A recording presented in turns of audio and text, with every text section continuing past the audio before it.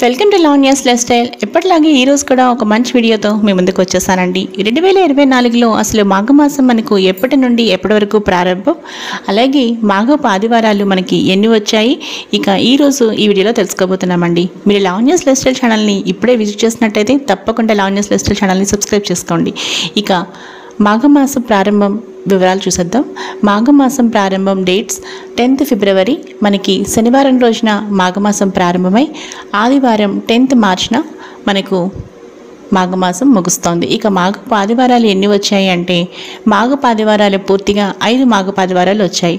ఇక వాటి వివరాలు ఇప్పుడు మనం చూద్దాం. డేట్స్ ఏంటంటే మాఘపు ఆదివారాలు ఫిబ్రవరి 11th, 18th, 25th, ఇక మార్చ్ 3rd, అలాగే ఆఖరి మాఘపు ఆదివారం 10th. ఈ 2024లో అసలు రథసప్తమి ఏ రోజు, అలాగే అసలు డేట్ ఎప్పుడు వచ్చిందో ఇప్పుడు తెలుసుకుందాం ఫ్రెండ్స్. 2024లో రథసప్తమి అసలు ఏ రోజు వచ్చింది అంటే శుక్రవారం రోజు మనకి రథసప్తమి వచ్చిందండి. ఇక ఆ రోజు 16వ తారీఖున, అలాగే ఫిబ్రవరి 16, 2024. చూసారు కదండి, 16th ఫిబ్రవరి 2024న మనకి రథసప్తమి. ఇక ఈరోజు ఈ వీడియో ముగించేస్తున్నాను ఫ్రెండ్స్.